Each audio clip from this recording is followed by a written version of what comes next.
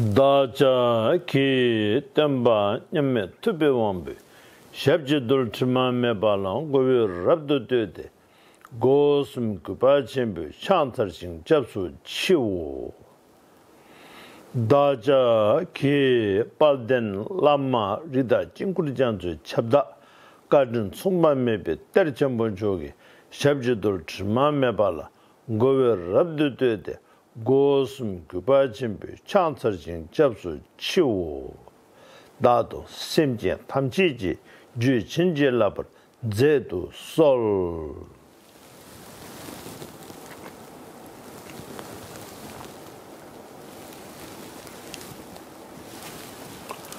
원나 남카단 냠베 심지어 탐지한 남전 안남메바 양다바 조베 산지주 공파를 못처럼 거버려 차 대체도 달람 담배 취삼모 제발라 취님비 공론다 군전 넘버다베 센살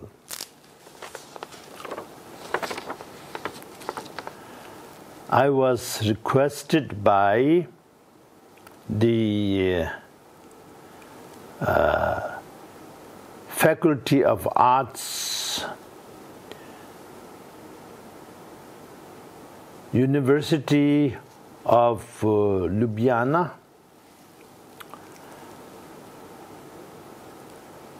contemplative science study. So this respected institute which requested me to talk on 6 yoga and Mahamudra, and also to teach a short meditation, all in 1 hour. It is honor to serve the audience, which is actually original purpose of Buddha Shakyamuni attaining enlightenment and manifesting teachings. He manifested teachings in a conventional manner for 45 years, and its manifestation later compiled into 100 enormous volumes. This is translated from Sanskrit and Pali, mainly Sanskrit, into Tibetan language,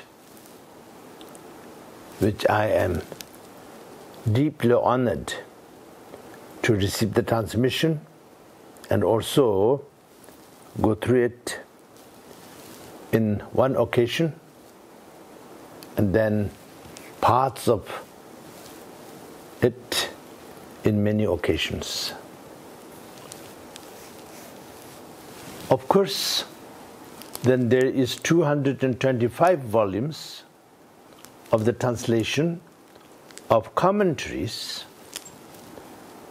that are written by great enlightened masters of India, and that were translated into Tibetan language, that is known as Tenjur. So Buddha's word is Kanjur, and the commentary by great masters is Tenjur. So that is the base of the entire teaching of Buddha. And then, of course, I'm mentioning Tibetan language, but this is also translated into many other languages, Buddhist countries throughout the world, mainly in Asia. Then in Tibet, the great masters of the follower of Buddha who are enlightened, their writings, compilations, amounts to several tens of thousands of volumes. And so that way, the subject that you want me to talk about is Mahamudra and Six Yoga. And Mahamudra is described as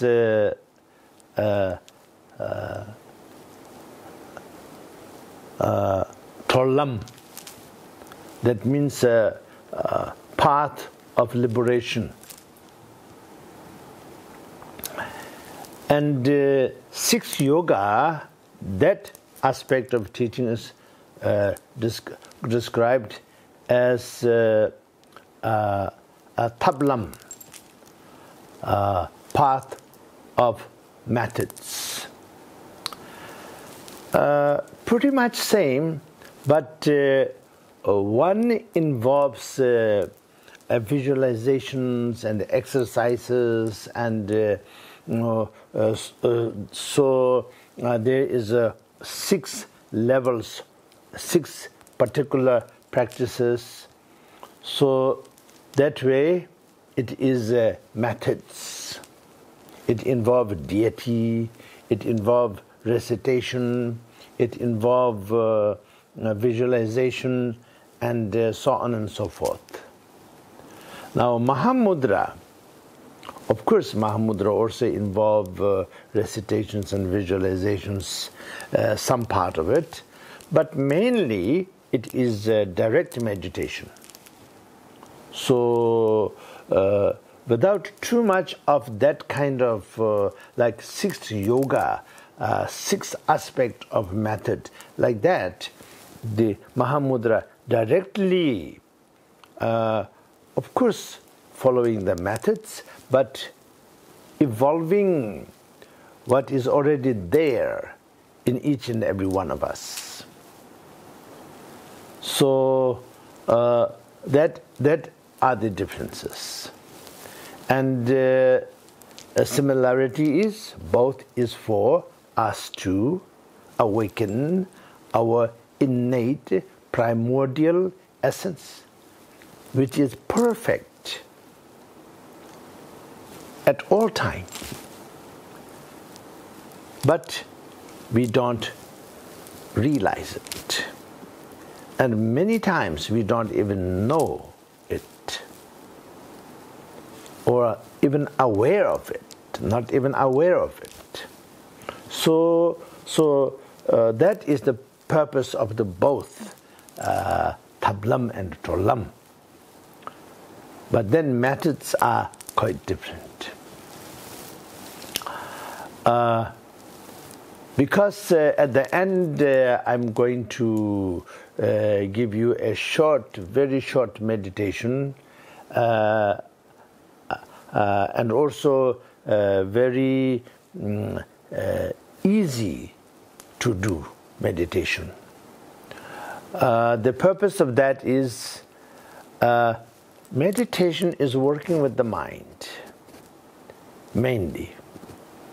Of course, our mind is right now functioning through our body, our speech, and our brain, and the entire system.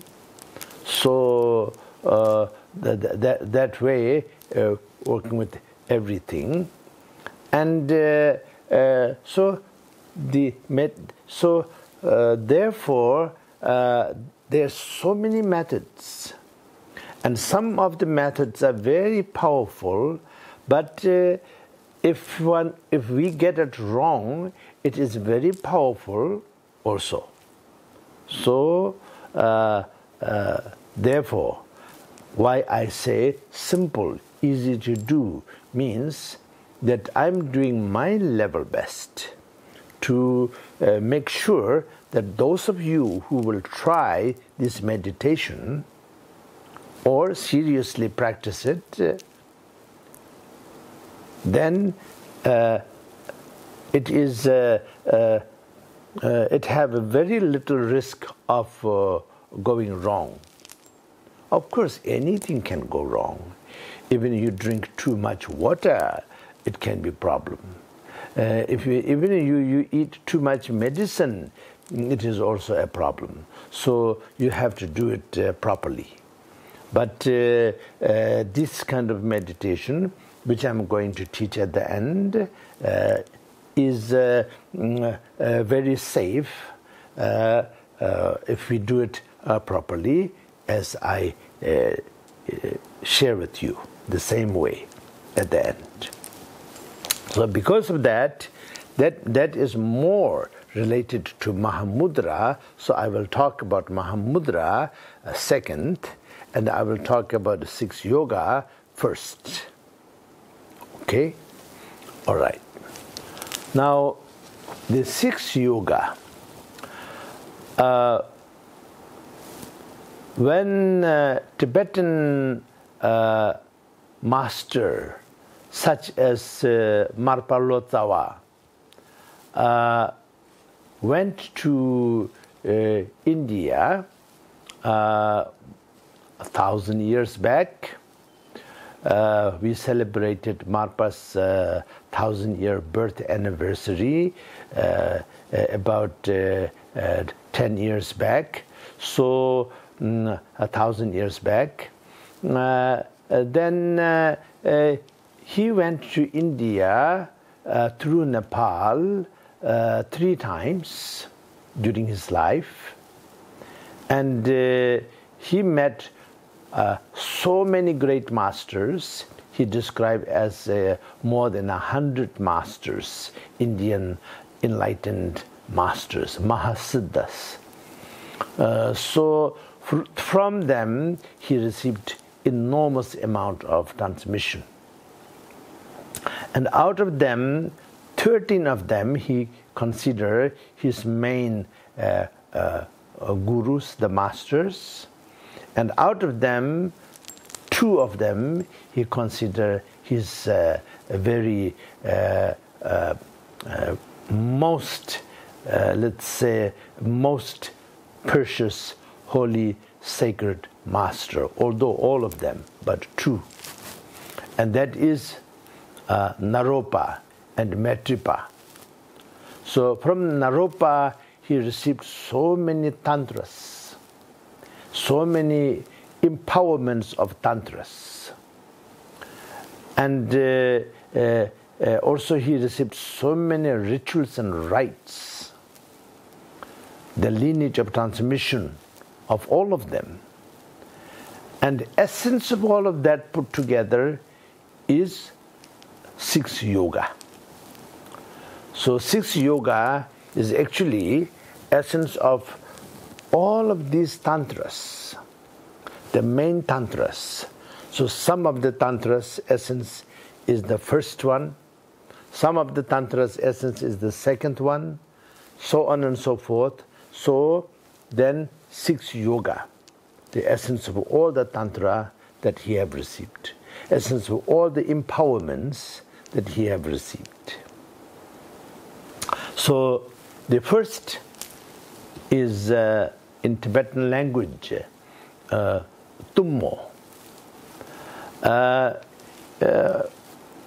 So many writers and lecturers and teachers describe them as a practice of fire, insight.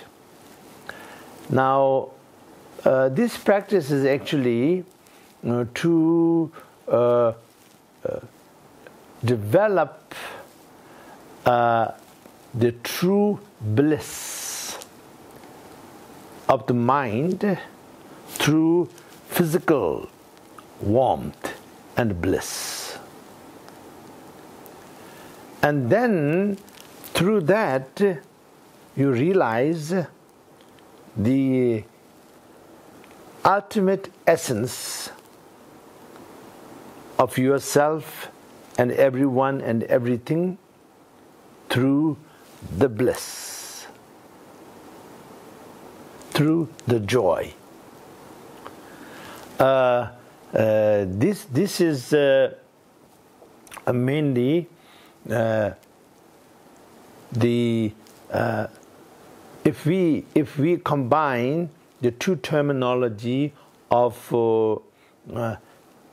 Mahayana teachings of Buddha and the Tantra teachings of the Buddha, although this is a Tantra aspect of teaching, but then it will say the oneness of joy and emptiness. So emptiness, not just empty, but you know, when you think of yourself, when I think of myself, my body, my name, my education, my position, my duty, my ability, my disability, my strength, my weakness, that is how we identify ourselves. But actually, our true essence is none of that. We worship Buddha, of course, historical Buddha.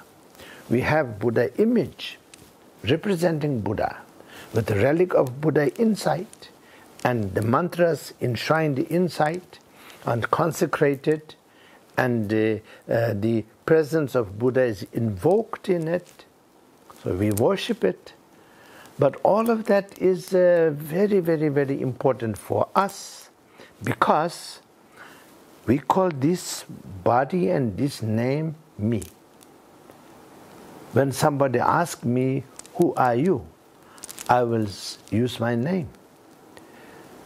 And then, what is your qualification? Then I will say such and such and such.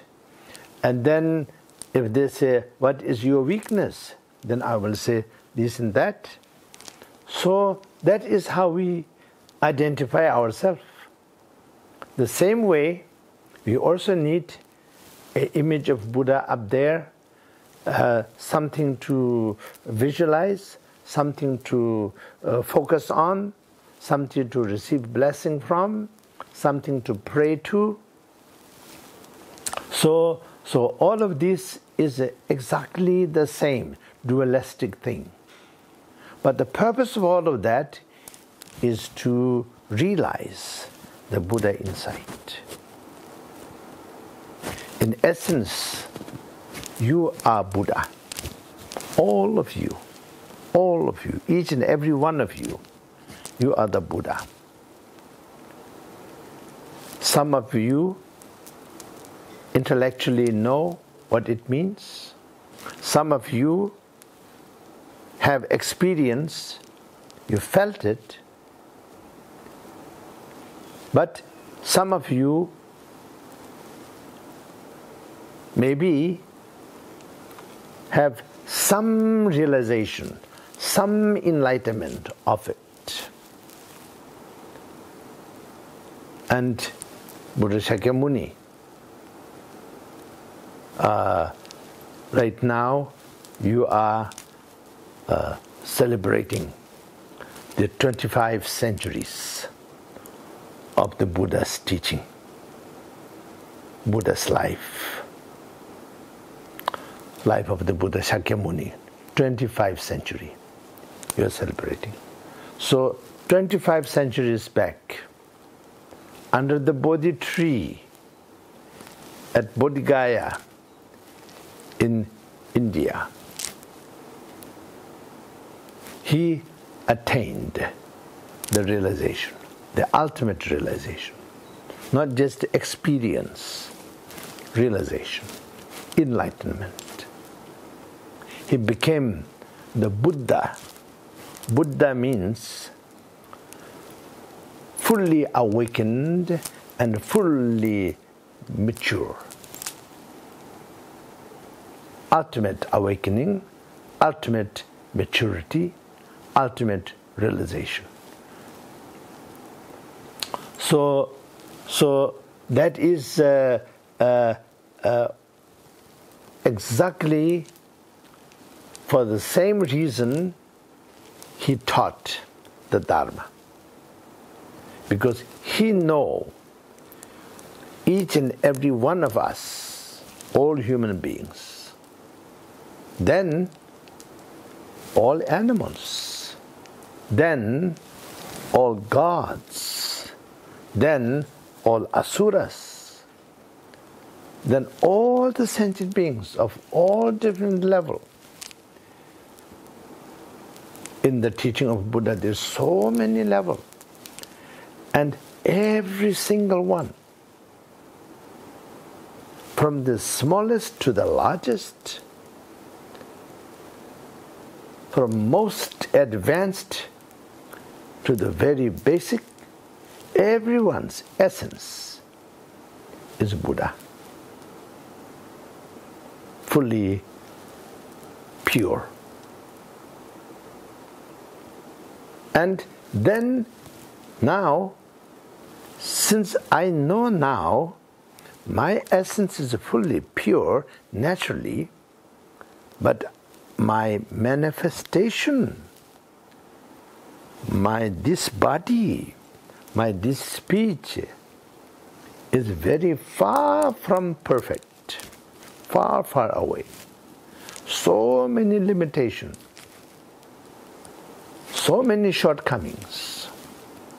So, emptiness means ultimately all of us, all of our shortcomings and the limitations, dualistic limitations, are void. That doesn't exist. Philosophically, we can understand that. Practically, before we understand this and after we understand this, very much the same.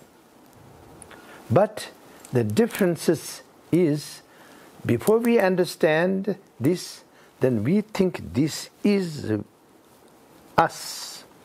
This is me. You know, my shortcoming is me, let's put it that way. My ability is me and my disability is me. That's how we think. But after we know this, then, yes, this is me, but this is my temporary, relative manifestation of everything that I have done and I have said and I was thinking for countless lifetimes. Outcome of this is this. And then that means ultimately I am same as Buddha. You are same as Buddha, ultimately. Relatively not. So, the emptiness of the true existence of our limitation. And that is ultimately we have no limitation whatsoever, even right now. But until we know it, it's as good as we don't have that ultimate potential. When we know it, it makes difference, but still we struggle through it. And then when we progress and reach Buddhahood, for Buddha Shakyamuni himself, it took him, the calculation is slightly difficult, but it took him about 3 trillion eons to reach Buddhahood. from first moment he realized that he wished to be Buddha, to liberate all mother sentient beings to become Buddha. That is original bodhicitta that he have taken. 3 trillion eons in the past, in another universe, in front of another Buddha. So regardless of all of that, then the emptiness and the joy in unity, through which you realize the nature of your perfect essence, through this warmth and this fire energy.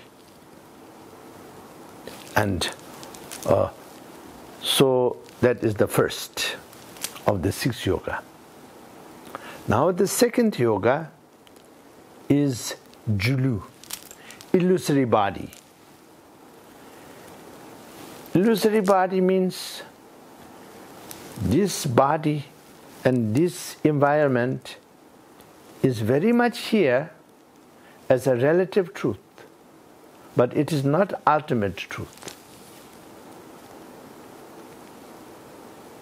Illusory body. I give you a very simple example.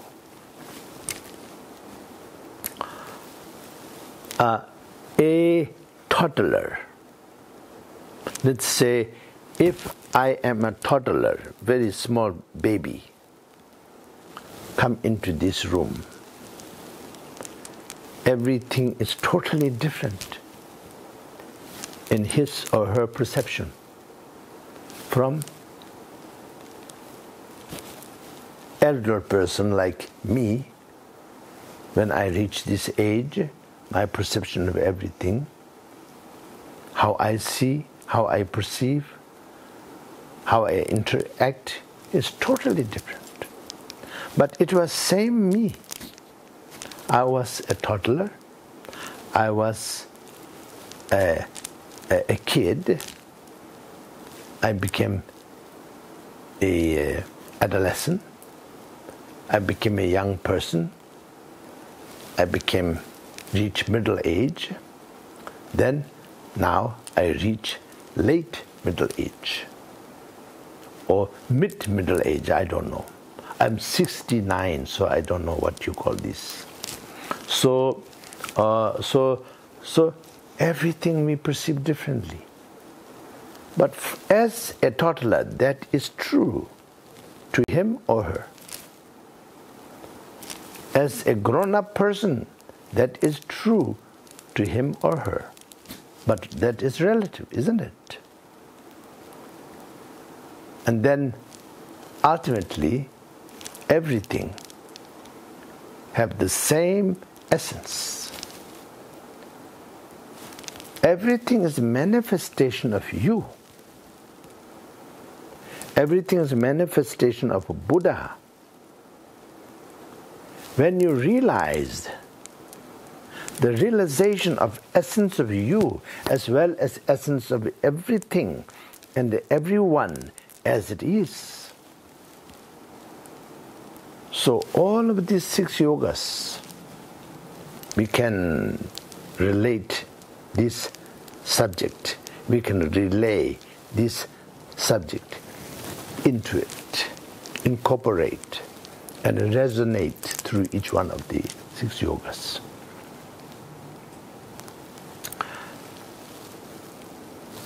Then dream. Everything is a dream. Right now, we are dreaming the life dream. Then when we sleep, we dream the sleeping dream. And the sleeping dream ends when we wake from the sleep. And life dream ends when we die. And every day is slightly different dream. So that is also for the same, it also resonates the same thing as the first and second. Now the third is the dream. The next is clear light. Clear light is we go into a transcendental state. And when we reach the transcendental state, then everything becomes clear, because we transcend from one reality to another. As a practitioner, we just get there and practice it, and then we come back. Because from the first session, we will not reach Buddhahood. Now this practice is enormous, but each one of them enormous, but this one I give you a very simple example. When we go to sleep, then many times we just lay down, then we fall asleep,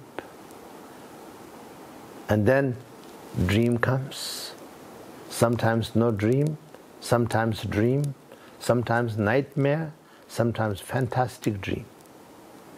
So in between that period, we lay down and feel kind of comfortable, and then fall asleep in between that. That is threshold between the two reality. The reality of life dream and the reality of the sleeping dream. So in between that is clear light. I give you my personal experience, very superficial aspect of my experience. When I fly in huge aeroplanes, and if I'm a little bit tired, then if I just lean back and fall asleep, then the clear light become let's say natural thing in quite several occasions. Why? Because I'm tired, I'm going to fall asleep. But because aeroplane's noise and also slight vibration which is there, because of that, it is not like sleeping in our very comfortable bed on earth, but we are in the sky and moving many miles per hour, and of course we are moving not as fast as our earth is moving in the sky. You know, earth have to go around the sun one time in every year, and it has to move many miles per second, isn't it? No matter how fast our aeroplanes are, they are not moving that fast. So that way, it is a superficially fast moving, but as a result of that, it disturbs the sleeping process slightly in a very gentle way, so that you relax and fall asleep, but in between this clear light, one of the clear light, of course clear light have so many levels, but this is a threshold between this life and this dream and the sleeping dream, in between. So there, when you are aware And then everything is totally different experience. Not of this life, but something totally different. And the experience of transcendental state of this threshold is very actually accessible to all of us.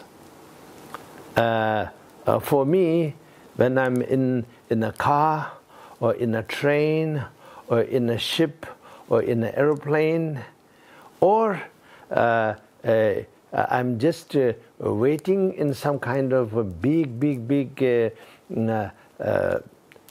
let's say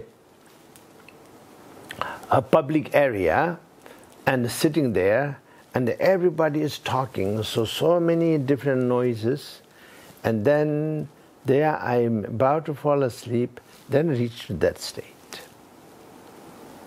So that is one example. Anyway, clear light have many levels, many aspects, but that is one aspect. That is the easiest one for us to practice. So I'm going through the superficial aspect of it. Now next is Pardo, intermediate. So intermediate, there are 6 aspects of intermediate. This life is also intermediate because it's in between birth to death. But then this one is, this part of the word is more focused on one aspect or 2-3 aspects of the six pardo. That is moment of death, and then all the way through until we are conceived into next life. In between that is some aspect of 6 pardo, and that is most of the time understood as pardo, intermediate. So this. And then the poa. Poa is transferring consciousness, but this happens when we die. When we die, naturally, our consciousness, our essence of our mind, not just the mind is a very complex subject, this terminology is very complex, but essence of mind is not complex. Who is talking about the mind? Who say, what is mind? It is the mind. Who say, I don't understand what is mind? Do I have a mind or not? So that is mind. After I'm dead, my brain will be still here, but there will be no mind. You know?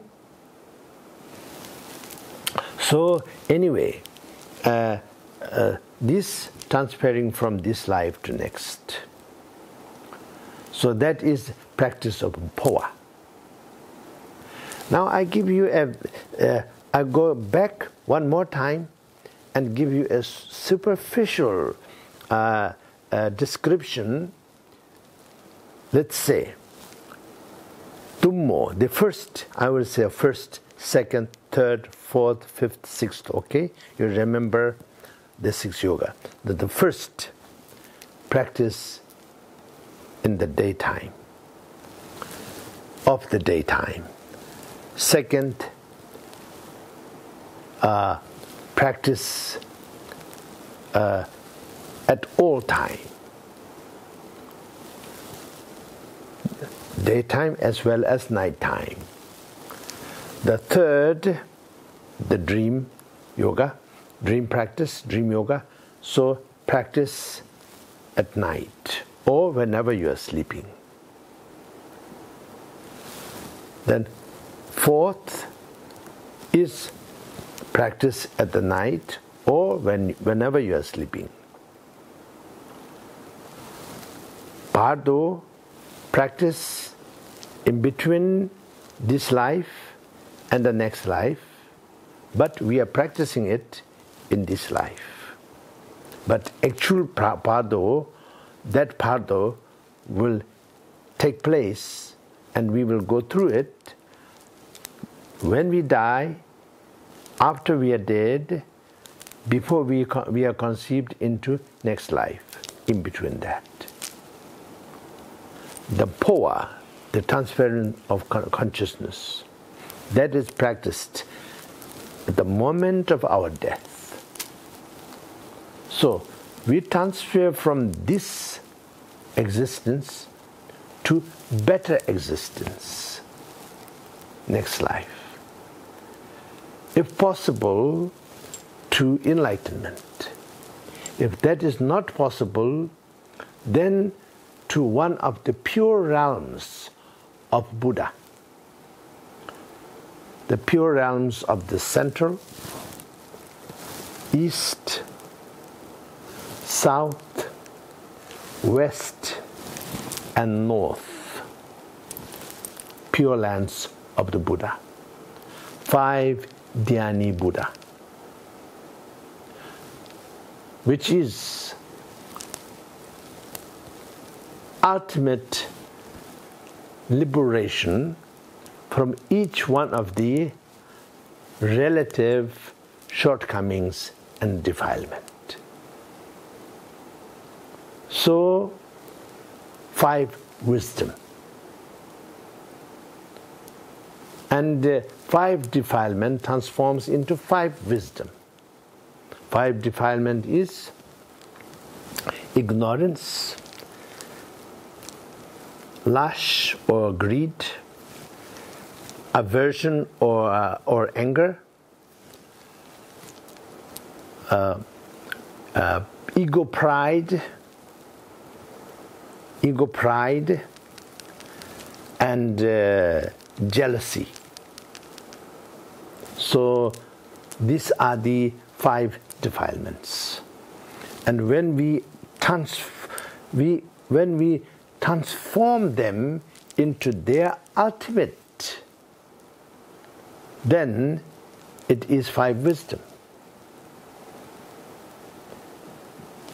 In our physical body, in our brain, in our head, in our crown, it represents the central, the front, which is east, always east. Our east is here. Doesn't matter where the sun comes and goes. That is the east of that particular locality. But our physical east of the crown is east is here. Therefore, south is here, therefore, west is here, therefore, north is here, therefore, central is here. And these 5 Dhyani Buddha, their pure environment is, we call, pure realm of the 5 Buddha, etc. There's countless pure realm equivalent to countless impure realm, because when it is transformed, then it is a pure realm. Just like there is about 8 billion human beings on earth. I'm just talking about humans. The men and women, the humans, boys and girls, babies, old person, young person, adolescents. So each one of them, when they reach Buddhahood, their surrounding, is pure environment. and they themselves is the Buddha. So that way, each one of all sentient beings' shortcomings, definition of that is the ultimate aspect of that shortcoming is non-existence of that shortcoming. That is the wisdom, the emptiness. And so that is definition of countless pure environment and realm. But I think for us we need a little bit of limitation, isn't it? So five pure land. So transferring from here to there. So that happens moment we die. That's where we practice. But actually practice means where we apply. But we are practicing right now when we are not at that stage. But where we're going to apply it is when that happens. Okay.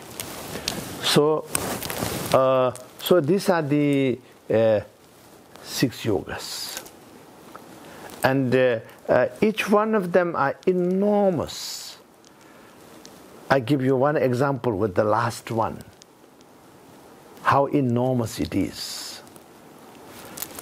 We can transfer our consciousness from this body to another body right now, if we have the lineage and we practice and we have the attainment and the siddhi of that. That means if we find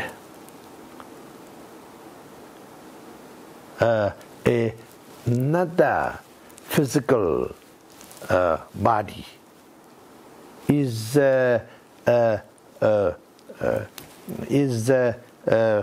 let's say without the mind. So if we find a perfect body who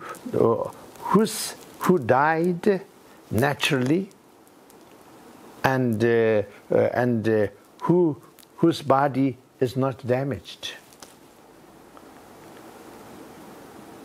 then you can transfer your consciousness from your body to that person's body. And then, if you wanted to exchange your consciousness, you can transfer to that person's body, and if that person has to be a practitioner, great, equally, let's say, adept, so that person's consciousness can transfer into your body. And you will be him or her, he or she can be you.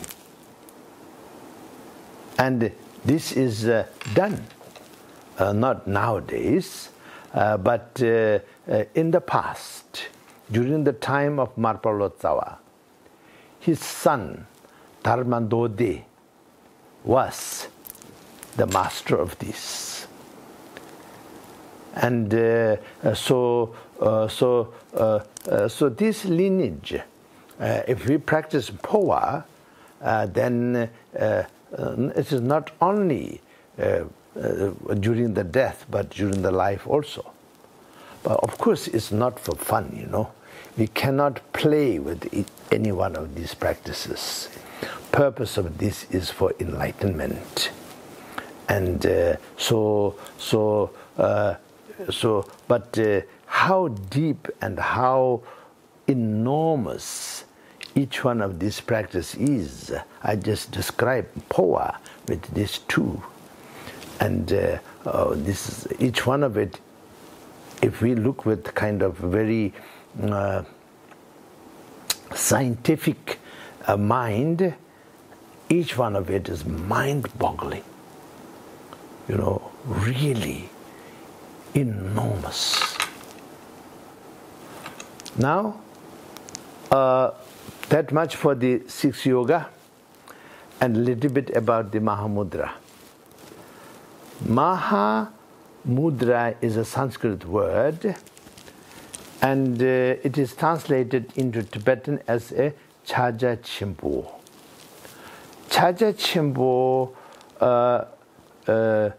it explains very clearly its essential, quintessential meaning. Every relative manifestation or relative truth is the relative truth of the ultimate truth. Relative manifestation of the ultimate essence. So now I give you a very simple example. Of course, we meditate, certain meditation methods.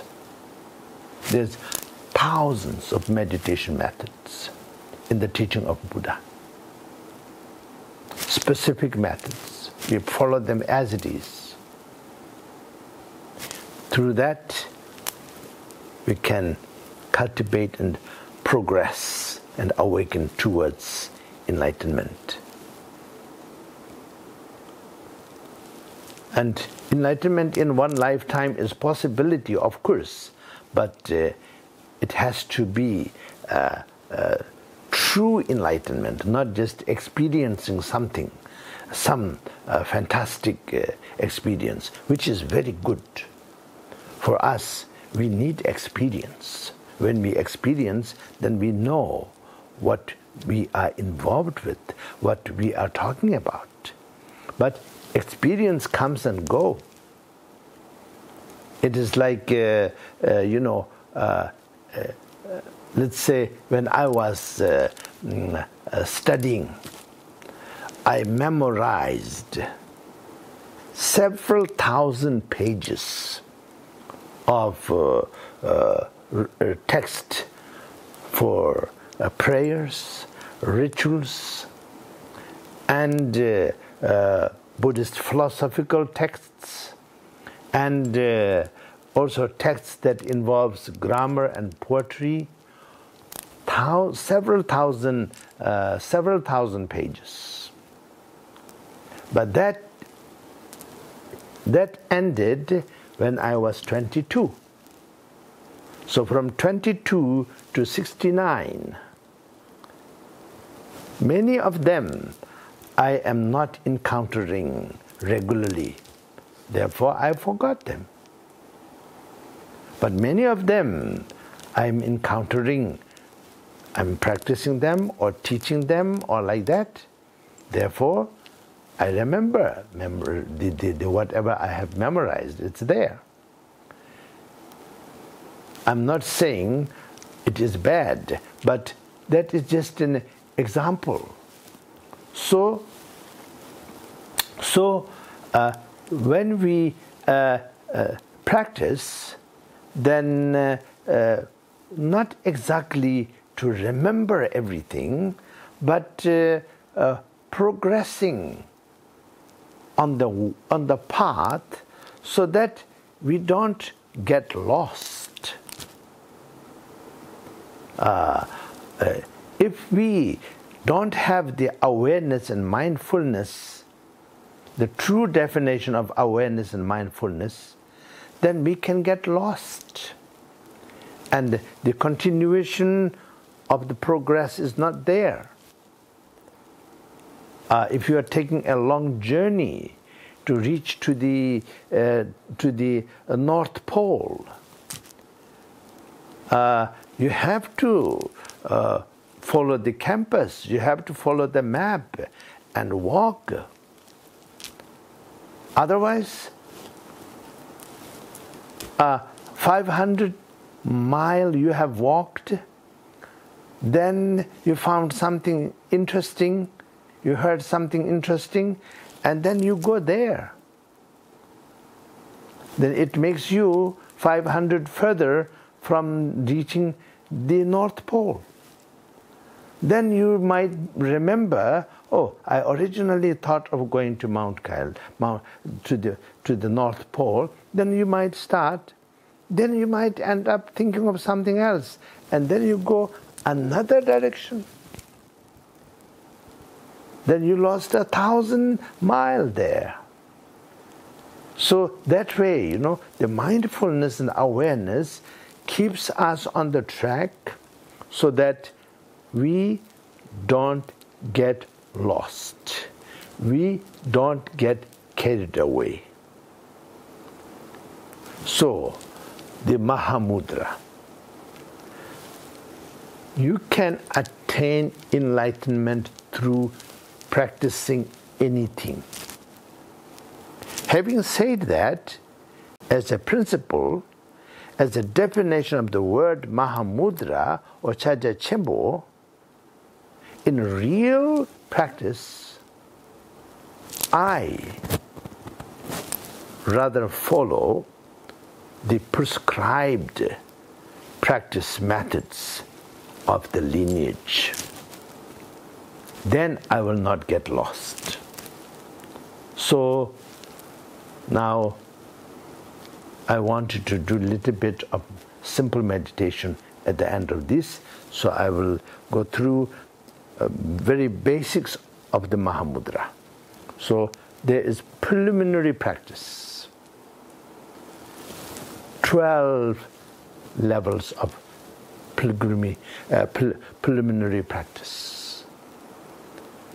And after that, physical body posture and also breathing practice, and also the methods for mind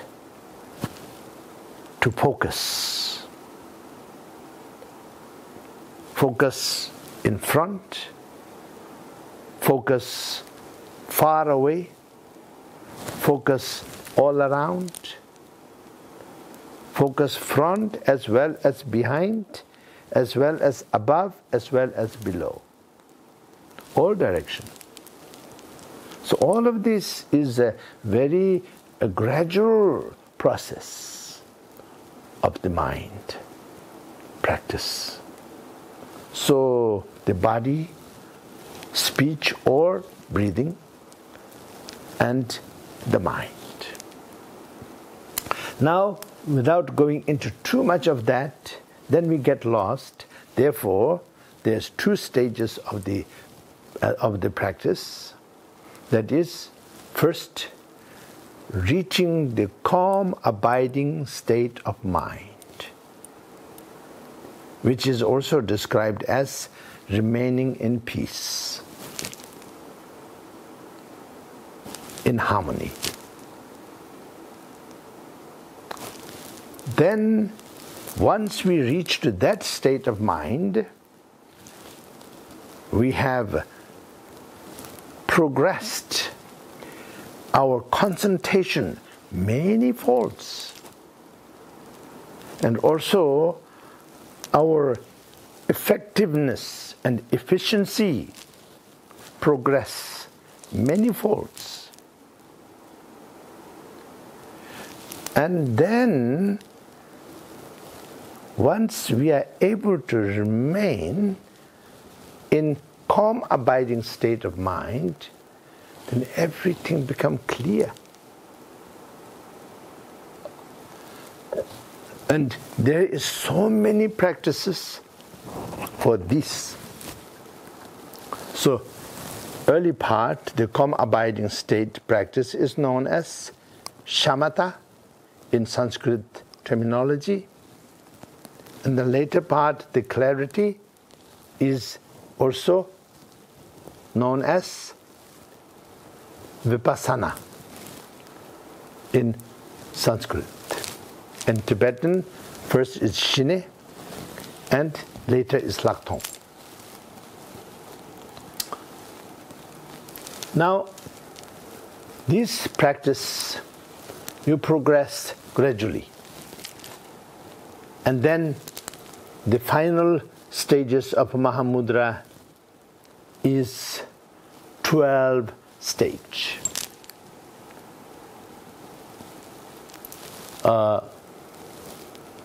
Each one is part of 4 stage. So first stage have 3 stage, second have 3 stage, third have 3 stage, fourth have 3 stage. Okay.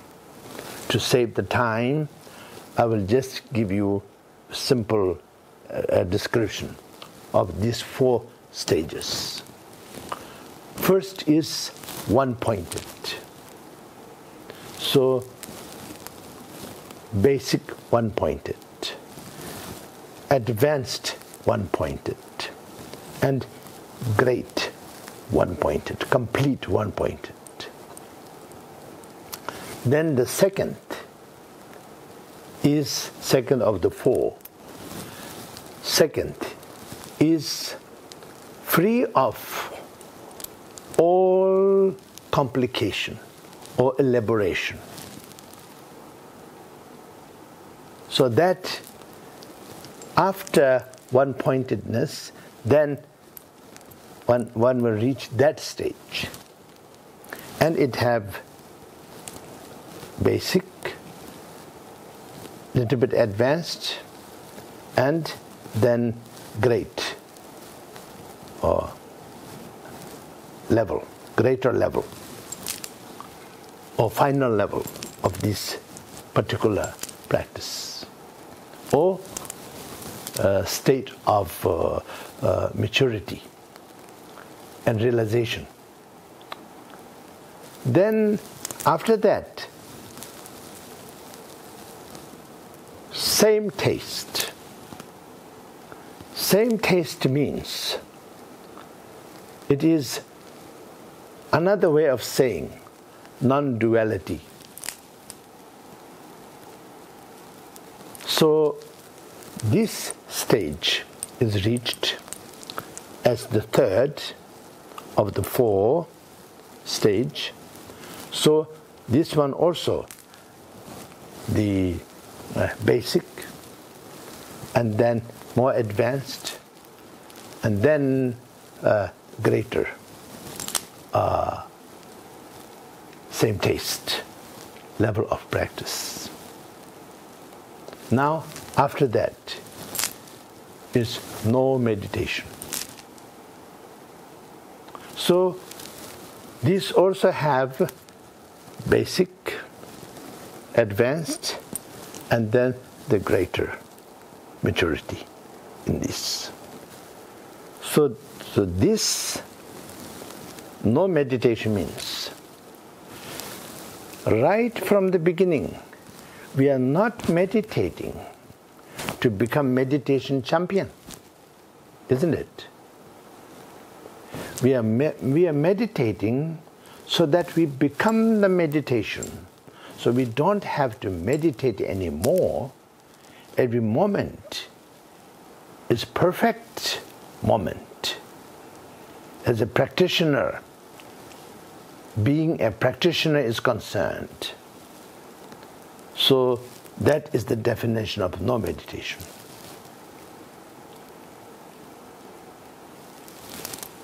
Therefore, each one of these 3 stages, basic, advanced, and great level of it, then it becomes 12 level of practice. And the practitioner also can call this 12 Mahamudra, let's say, a sacred meditation, yogic state, you can say. Now, When I say that yogic means, what is the definition of a practitioner, beginner practitioner, and a yogi? When you become a yogi, you are not having any moment which is not practice in your life. So many people talk about practice in daily life. I always say, if you don't practice in your daily life, where do you practice? Outside of your life? Then where is it? How do you do that? That is quite miraculous, isn't it? So anyway, every moment becomes the practice. The great yogi of Mahamudra, when they reach that stage, when you reach that stage, then every moment of your life is a practice. And so that is 12 levels of Mahamudra. And of course, final of that is enlightenment, Buddhahood.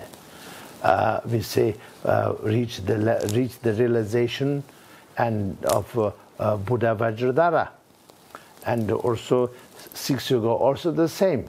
You reach the realization of Buddha Vajradhara. Vajradhara means Dharmakaya, Sambhogakaya, Nirmanakaya of Buddha as one. Okay? So, Vajradhara. Now, for both this practice, Buddha Vajradhara, blue color, the color of the space, dark blue color. So that represents Dharmakaya. Dharmakaya is not a dark blue color, but you cannot find a better color. Better than that, the color of really true space is, for our eyes, it is dark. Unless there's something to reflect the light of the stars, then it is dark. But close to that we can relate to is blue sky, but blue sky is not exactly the color of the space, so dark blue. And then it have all the ornaments. The ornament that represent the 5 Dhyani Buddha I have mentioned, right? So Buddha, 5 Buddha, ornament representing this, and other ornaments that represents like 6 paramita, so like this. So that is Sambhogakaya. And then the feature of the measurement of the body of that Buddha is same as Buddha Shakyamuni. So that is Nirmanakaya. All in one is Sabhavakakaya. That is Buddha Vajradhara. So we reach the realization of that Buddha Vajradhara. Okay. It is a little bit over 1 hour. I tried my best, but I couldn't get to, let's say, I want you to feel I have explained satisfactorily, so I feel quite okay. But there's so much to say, there's so much, and I'm sure what I have told you here is not complete at all, but relatively sort of reading the index, something like that. Now let us do a short meditation, okay? First, you just relax. Relax your body.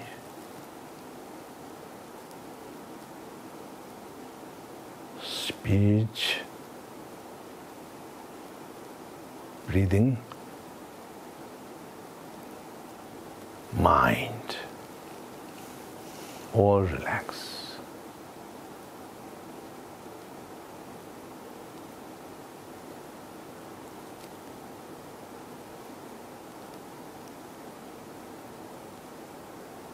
Many times people think when you meditate you're not supposed to think of anything. But if you have to think that I shouldn't be thinking anything, that is much bigger thinking than whatever thought that comes to your mind. So don't make a big deal about it. Just focus on what you're doing, and therefore you don't have two minds right now. So we can think of one thing at a time. So we focus on our practice.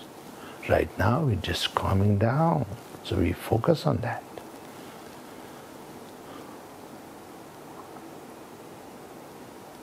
Relax your shoulder, relax every part that you feel a little bit tense. Relax all of that. Your eyes, your brain, everything, you relax.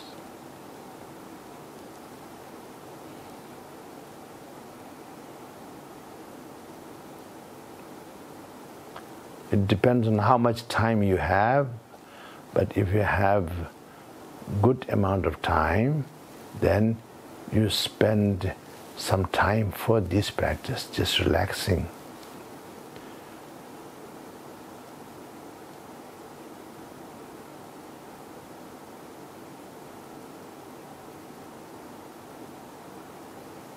Then when you feel you're quite relaxed, then you put your hands together, left underneath, right on top, on your lap, in a very natural, harmonious manner. Not kind of stiff, but relaxed also.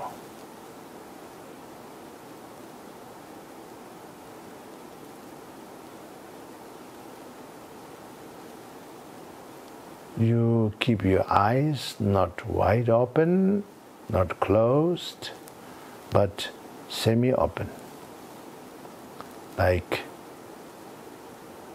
peaceful Buddha image eye. Not wrathful Buddha, but peaceful Buddha. Like Buddha Shakyamuni, like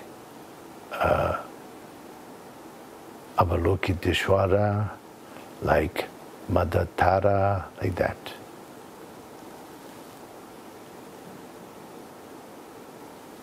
And you breathe from your nose and mouth together. Slow as possible, complete as possible. First, exhale.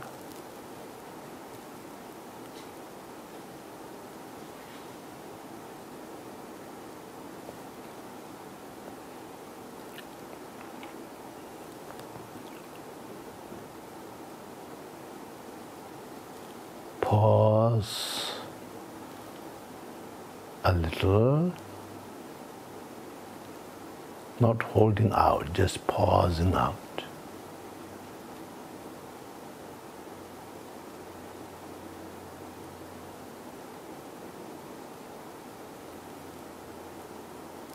And then breathe in slowly and completely as possible.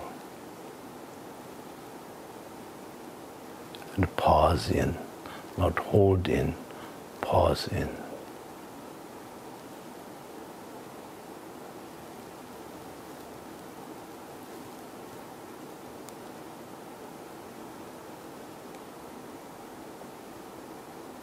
That is one set of breathing.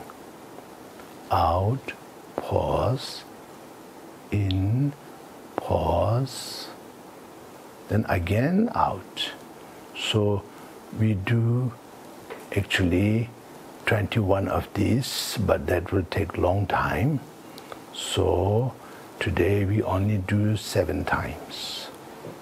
But normally you should do 21 times. Because of the timing, I don't want it to stretch too much.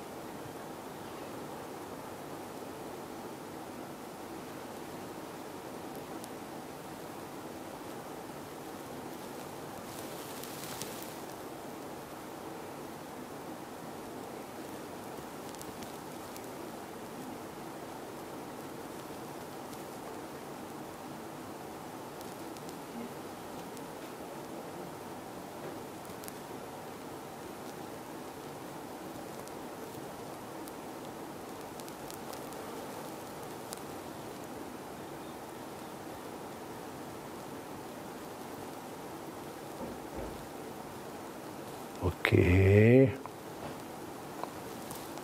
we have done very short breathing practice and only counted 7 times. Now we just relax for a little while.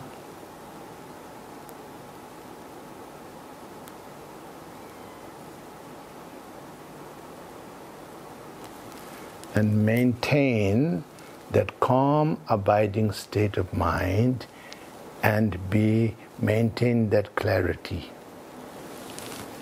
And then we dedicate the merit of today's meditation teaching and all the brief introduction of 6 yoga of Naropa and Mahamudra. Marpa Lotsawa received 6 yoga mainly from his great master, Indian Mahasiddha Naropa, and Mahamudra mainly from his great enlightened Indian Mahasiddha master, Maitripa.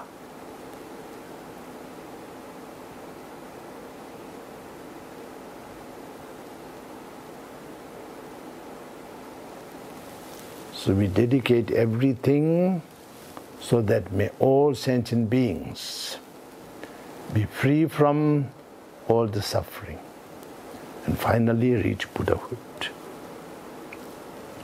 And at this juncture, we have very clear description and experience of suffering. The pandemic, the entire humanity was suffering. And at the same time, the environmental degradation, entire environment is not in harmony. And then on top of it, there is so many wars all over the world. And right now, as we all know, in Europe, between Ukraine and Russia, there is war. We know what kind of suffering is there on both sides. And then throughout the world, There's so many other, let's say, difficulties humans are facing in all continents, and animals are facing, and also the environment, the nature is actually encountering. Glaciers are melting, and ocean is rising. Many species of flora and fauna are disappearing, and so on and so forth. So we dedicate and pray that all of these problems will be solved in a most positive, harmonious way. When we pray, there should be no limitation. I'm a pragmatic person, but when I say prayer and dedication, I am not pragmatic at all. It is for the maximum, total peace and harmony, and total perfectness.